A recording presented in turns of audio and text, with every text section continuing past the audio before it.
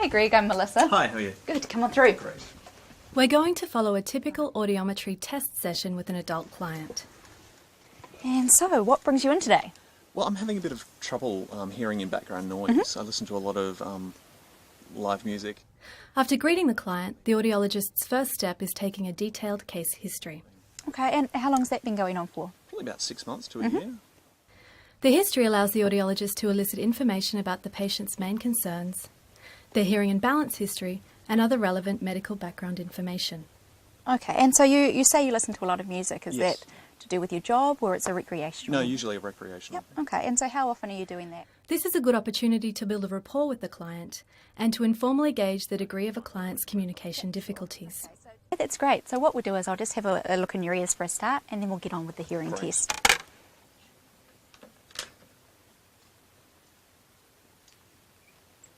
Okay. Important clues about some conditions that may affect hearing can be obtained through an otoscopic examination of the client's ear canals. Good. And we'll just check the other one. Otoscopy also establishes whether the patient's ear canals are sufficiently free of wax or other debris to proceed with testing. Okay, so just through into this room here, we're going to do a tympanogram now. Emittance audiometry is sensitive in detecting middle ear disorders. Well, what we're doing is just checking how your eardrum's moving. So it gives us an idea of your middle ear function. So I'm just going to put this little rubber tip in your ear. You'll feel a bit of a change in pressure, but you don't need to do anything. In tympanometry, the mobility of the middle ear system is measured while varying the air pressure in a sealed ear canal. Emittance audiometry also provides an important objective cross-check of the pure tone audiometric results. Now for the audiogram. Here we go, just have a seat there. Here we go, so I'll just give you that button there. Great. So what's going to happen is I'm going to put some headphones in your ears and you'll hear beeps in one ear at a time.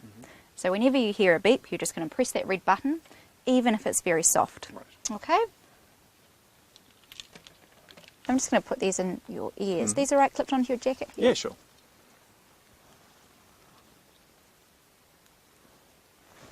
Okay, so it just sort of goes in your ear like a foam earplug.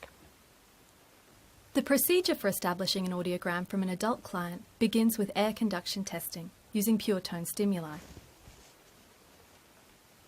Headphones, or these insert earphones, are used to deliver the stimuli to the client's ears, one at a time. The client responds to the sounds they hear, usually by pushing a response button.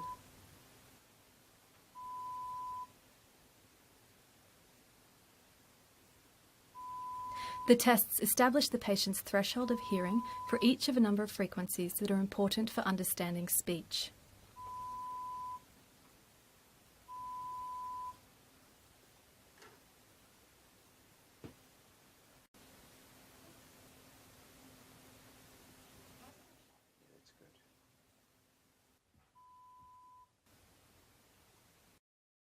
The audiologist starts at an intensity level that's easily audible to the client.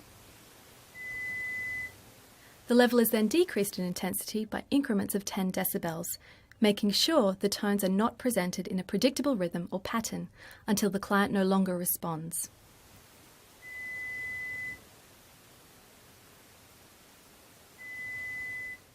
At this point, the intensity level is increased in 5 decibel increments until a response is obtained.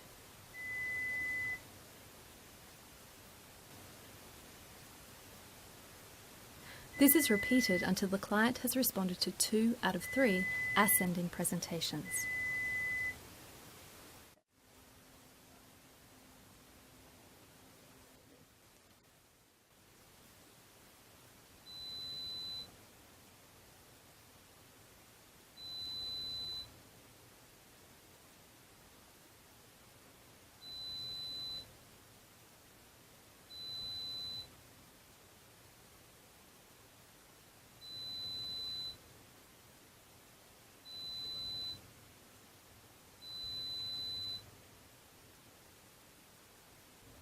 On the audiogram, the thresholds are recorded as crosses for the left ear and circles for the right ear. Air conduction thresholds reflect the integrity of the total peripheral auditory mechanism. It's not possible to determine the location of any pathology along the auditory pathway using air conduction alone. Therefore, if a hearing loss is detected, further testing is carried out using bone conduction testing to help establish the site of lesion. All right, you're doing well so far. What we're going to do this time is put this headband on, and this little box just sits on the bone behind your ear. So all you need to keep doing is exactly what you have been doing. So just pressing that button whenever you hear the beep. Sure. This time you could hear it in either ear. Right. In the case shown here, the site of lesion is found to be the cochlea itself, rather than the middle or outer ear. Once testing is complete, the audiologist integrates the data across each of the different tests and presents the findings to the client. Right, that was great, Greg. So we're finished there.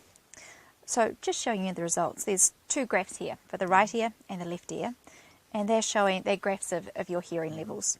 If necessary, the audiologist may provide some counselling on hearing or balance difficulties and make recommendations regarding rehabilitation or further assessments.